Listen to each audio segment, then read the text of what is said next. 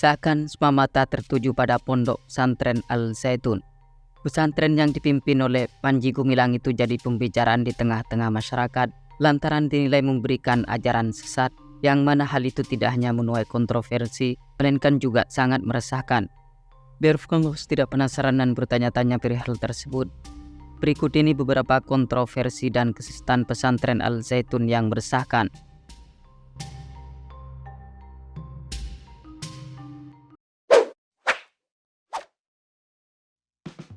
Santri ke tempat pelacuran dan merampok untuk pesantren.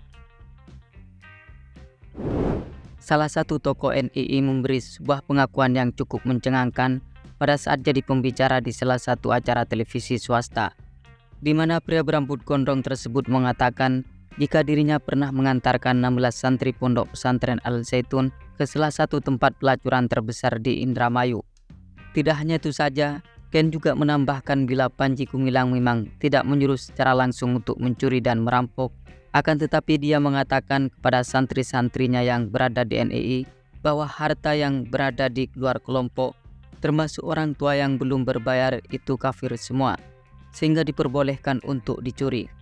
Dilansir dari kanal YouTube TV One News dan Koreao.com, bahwa santri ditargetkan merampok dalam 1 bulan harus membawa uang sebesar 10 miliar. Dan apabila tidak mencapai sesuai dengan target yang telah ditentukan, maka santri tersebut takut untuk pulang, karena akan ada sanksi berat yang menantinya, yakni dicambuk hingga berdarah-darah.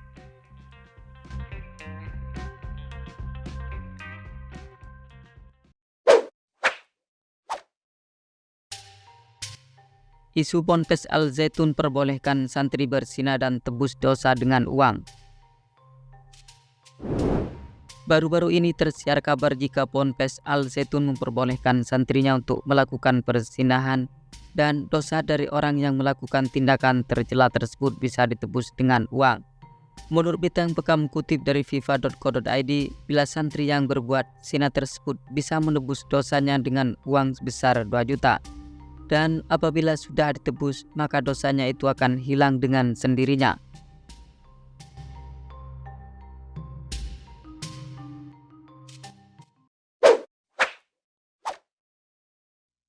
Sering menyanyikan lagu Yahudi. Beredar sebuah video yang menunjukkan pimpinan pondok pesantren Al-Zaitun, Panji Gumilang, menyanyikan lagu Yahudi di dalam Masjid Al-Zaitun. Dalam video tersebut, Panji juga mengajak santri dan para tamu undangan yang salah satunya adalah Luki Hakim yang pada saat itu masih menjabat sebagai Wakil Bupati Indramayu, untuk turut serta mendendangkan lagu Yahudi berbahasa Ibrani yang berjudul Shalom Aleichem. Tindakan nyeleneh yang dilakukan oleh Panji tersebut rupanya menyulut emosi masyarakat, sehingga sebab itulah Ponpes Al-Zaitun demo oleh ratusan warga. Namun bukannya memberikan klarifikasi perihal tindakan Panji yang dinilai sudah di luar batas kewajaran itu, malah para pengikutnya menyanyikan lagu Yahudi tersebut.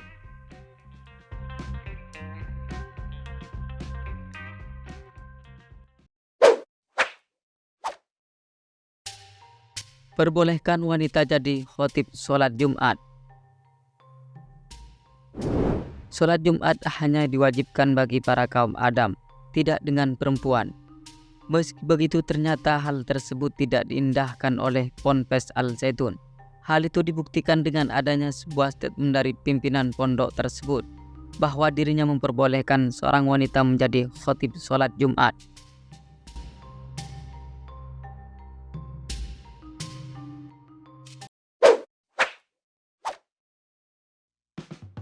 Mencampur soft pria dan wanita saat sholat Idul Fitri. Fenomena yang cukup mencengangkan terjadi di Ponpes Al-Zaitun, tepatnya pada Hari Raya Idul Fitri 2023. Lebih jelasnya, soft orang-orang yang sholat Idul Fitri di sana dikasih jarak, dan bahkan antara laki-laki serta perempuan dicampur. Tidak hanya itu saja, terlihat juga seorang perempuan berada di soft paling depan.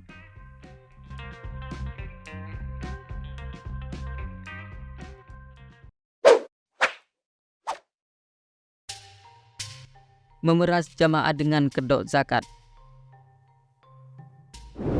Pendiri NII Christ Center mengatakan bahwa Panji Gumilang sengaja menggunakan dalil ayat Al-Quran dalam menjalankan modusnya memeras jamaah.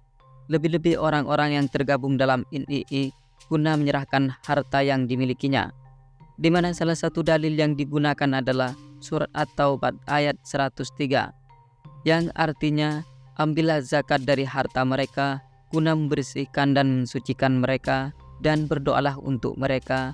Sesungguhnya doamu itu menumbuhkan ketentraman jiwa bagi mereka.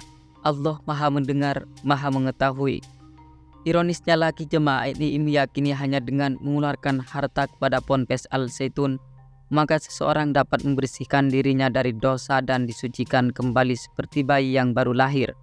Tidak cukup sampai di situ saja, Ken mengungkapkan bila ada seseorang memberikan harta yang dicintainya untuk Ponpes Al Zaitun, maka dipastikan sudah bersih kembali jiwa dan raganya, dan Allah akan membuka pintu taubat yang seluas-luasnya.